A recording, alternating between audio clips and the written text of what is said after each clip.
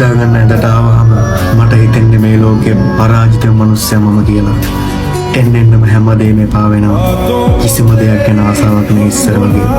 වෙලාව යනවා දැනෙන්නේවත් නෑ. එළි වෙනකන් ඇහැරගෙන කල්පනා කරන්නෙම ඇයි මට මෙහෙම වුනේ කියලා. ජීවිතේට ආපු ගියපු හැමෝම මට මගේ ජීවිතේ එපා වෙන තැනටම ගෙනාවා. දැන් මම මිනිස්සුන්ව විශ්වාස කරන්නේ නැහැ. මැරෙන්න බය නිසා ජීවත් වෙනවා.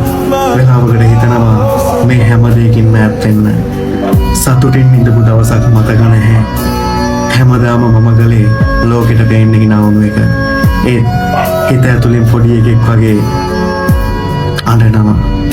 අපි මිනිස්සුන්ට අවංක වෙන තරමටම ඒ මිනිස්සු අපිට අවංක වෙනවා නම් හිතේ තියෙන පීඩනේ, හිතේ තියෙන දුක, හිතට දැනෙන තනිකම මේ හැම දෙයක් එක්කම මම හරි අමාරුවෙන් ලෝකෙට පේන්න hina වෙනවා.